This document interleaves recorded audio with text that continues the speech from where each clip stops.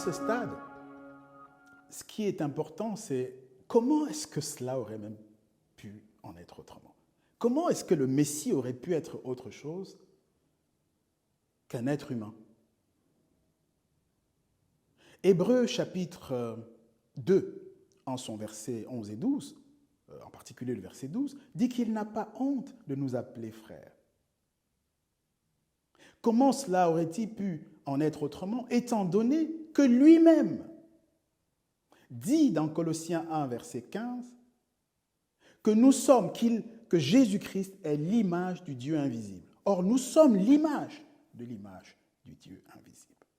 Comment aurait-il pu, lui, le véritable Christ, le véritable Rédempteur, le véritable Sauveur, comment aurait-il pu être autre chose qu'un être humain? Comment cela aurait-il pu être possible qu'il fût autre chose qu'un être humain, sachant que dans Genèse chapitre 17, versets 4 à 7, ou Genèse 35, 10 à 12, il a incrusté, enchâssé, scellé le principe perpétuel de la procréation dans l'alliance perpétuelle.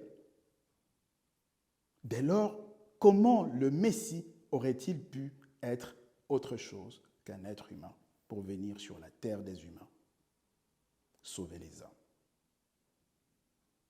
Comment cela aurait-il pu être autrement, étant donné que par ailleurs, dans Amos chapitre 3, 7, Dieu est le Dieu qui ne fait rien sur la terre des hommes sans prévenir des hommes, notamment à travers ses serviteurs, les prophètes. Comment aurait-il pu en être autrement alors qu'à ses serviteurs, les prophètes, tous autant qu'ils sont, acte 3, 24, il leur a plutôt clairement, explicitement, ouvertement annoncé que le Messie serait un fils d'homme, né donc de deux parents biologiques, dans le cadre d'un triptyque, un homme, une femme et Dieu, le Créateur, donc sous l'égide du Très-Haut, exactement comme selon Genèse chapitre 1, 28, Genèse 2, 18 et Genèse 4, 1, que nous répétons pour que cela soit vérifié par vous-même. Individuellement, il faut que le « il est écrit » devienne un réflexe normal, tel que les Béréens, dans Actes chapitre 17, verset 11, nous l'ont recommandé et prescrit.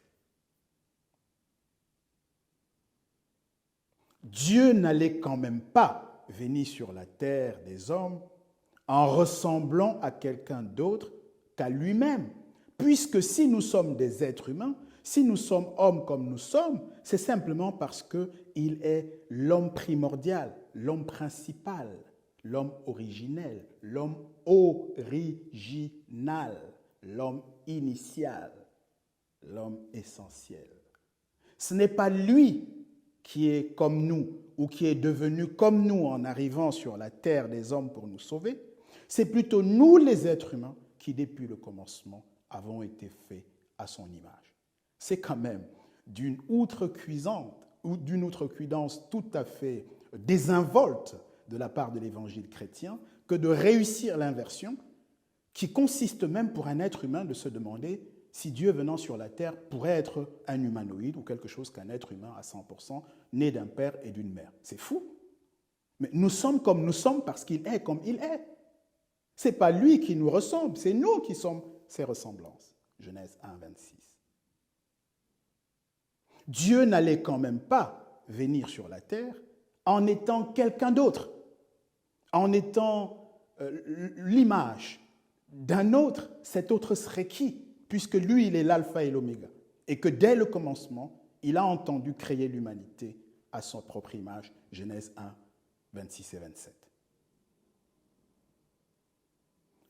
Comment est-ce qu'il est possible d'envisager que le Dieu, qui est l'homme initial, originel, puisse venir sur la terre qu'il a donnée comme demeure aux êtres humains, la terre donc des êtres humains, pour être parmi les êtres humains, avec les êtres humains, afin de sauver les êtres humains?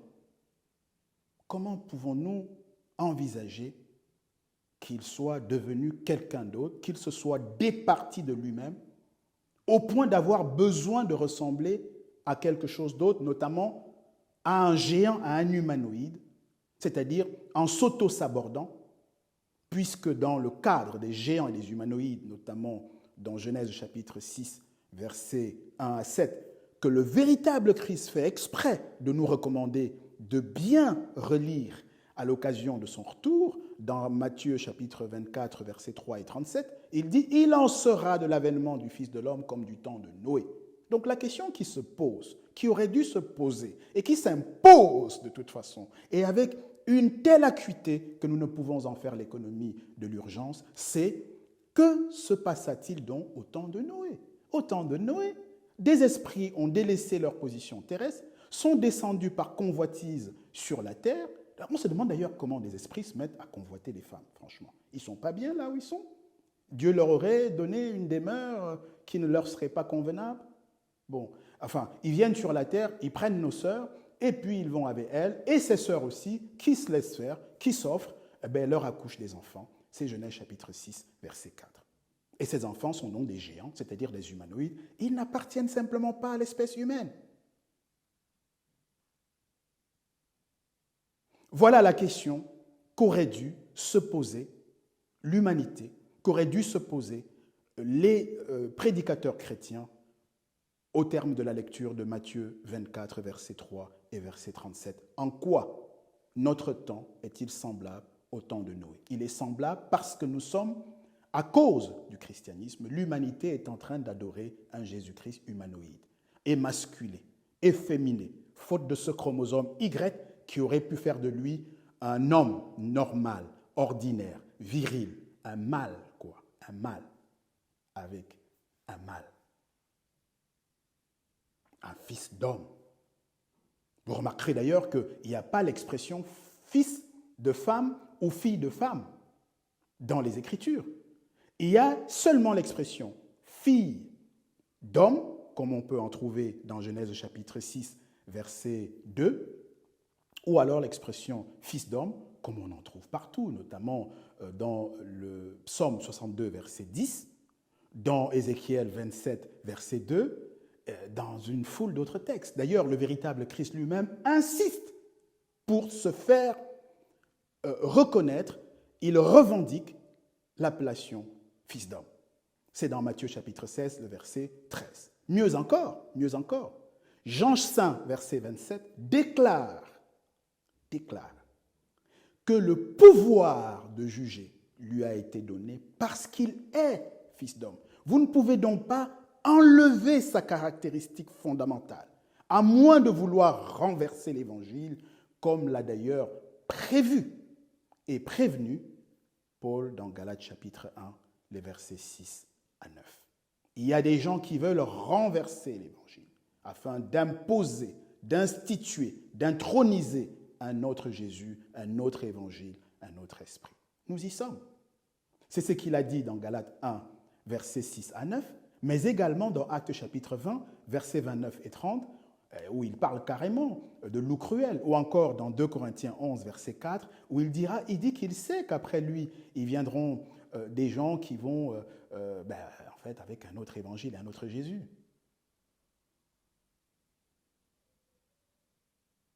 Ces textes méritent, mesdames et messieurs, votre attention. Consultez-les, regardons-les. Comme des Béréens, examinons-les. Questionnez vos dirigeants religieux. Questionnez les prédicateurs chrétiens. Demandez-leur où ils ont lu que le Messie pouvait être adopté. Ils seront bien incapables de vous répondre puisque c'est une invention catholique, qu'ensuite les différentes dénominations chrétiennes n'ont fait qu'adopter, qu'adosser en l'état, sans aucune remise en question et sans se préoccuper de savoir, comme les Béréens, si cela était conforme aux Écritures. Où il est écrit.